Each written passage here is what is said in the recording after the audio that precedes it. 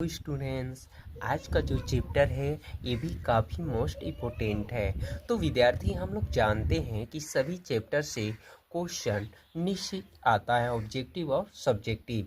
और ये भी हम लोग जानते हैं विद्यार्थी कि क्लास 10 की संस्कृत जो चैप्टर वैल्यू है उसे पूर्ण हिंदी में समझना बेहद ज़रूरी है, क्योंकि हिंदी में ही ऑब्जेक्टिव और सब्जेक्टिव आता है। तो विद्यार्थी, ये जो चैप्टर है ये भी काफ़ी मोस्ट इम्पोर्टेंट है, जिस चैप्टर का नाम है विश्व शांति, यानी विश्व की शांति। तो विद्यार्थी, हम लोग जानते हैं आज जो है सभी संसार जो है अशांति से घिरा हुआ है। तो विद्यार्थी, ये चैप्टर स्टार्ट करते हैं। तो देखिए, प्रस्तुत पाठ में विश्व शांति से यह शिक्षा मिलती है कि शांति से ही विश्व शांति संभव है। अशांति की आग में जल रहे संसार के समाधान इस पाठ में विचार भी किया गया है। तो विद्यार्थी, प्रस्तुत पाठ में विश्व शांति से हमें यही शिक्षा मिलती है कि शांति से ही पूरे विश्व की शांति संभव है।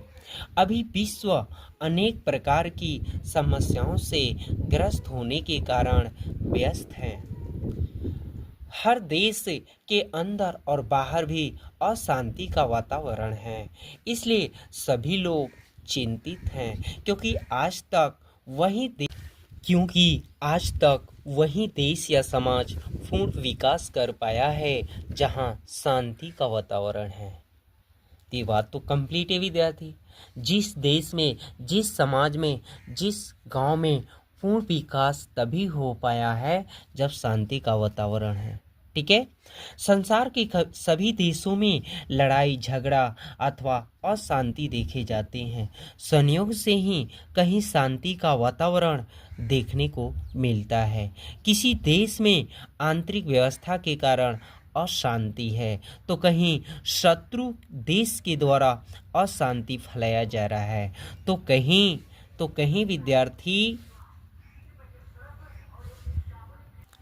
तो कहीं शत्रु देश द्वारा अशांति फैलाया जा रहा है, तो कहीं अनेक देशों में शीत युद्ध चल रहा है। इस प्रकार सारा संसार ही अशांति के वातावरण में जी रहा है।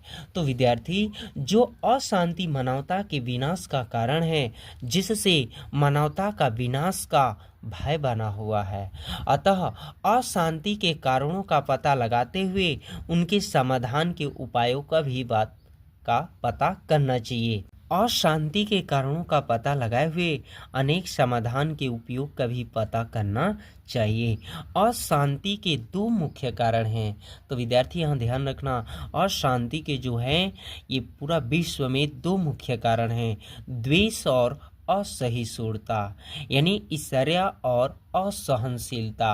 अर्थात एक देश दूसरे देश की उन्नति विकास देखकर जलते हैं।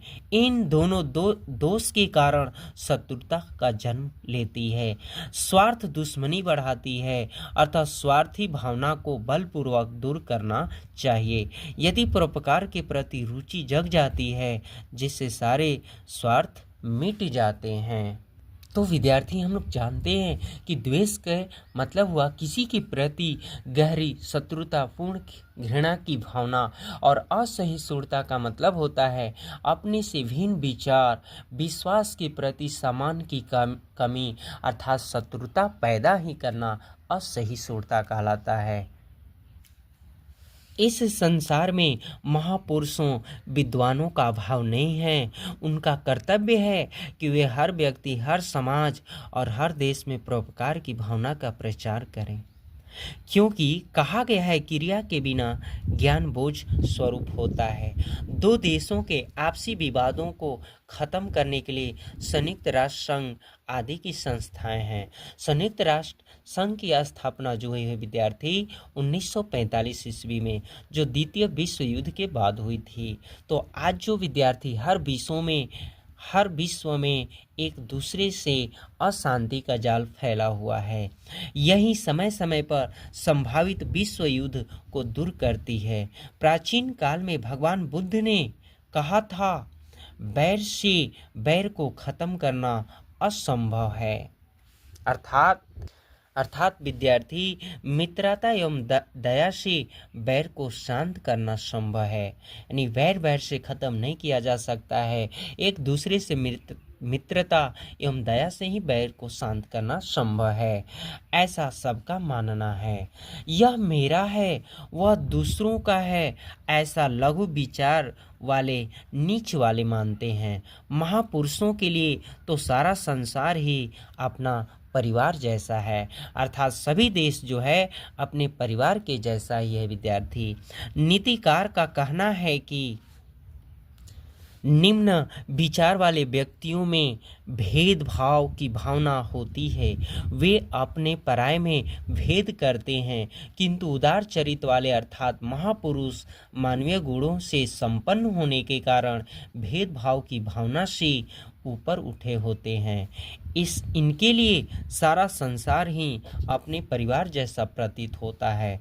दूसरों को कष्ट पहुंचाने से अपना ही नुकसान होता है और परोपकार से पुण्य मिलती है। आज भी दूसरे पर आई विपत्ति के समय दूसरे देश के लोग राहत सामग्री सहायता के उद्देश्य से भेजते हैं, जिससे विश्व की शांति की आशा प्रकट होती है। तो विद्यार्थी, ये पूर्ण रूप से चैप्टर जो है समाप्त हो गया। तो नेक्स्ट हम वीडियो इसके ऑब्जेक्टिव निश्चित बनाएंगे विद्यार्थी।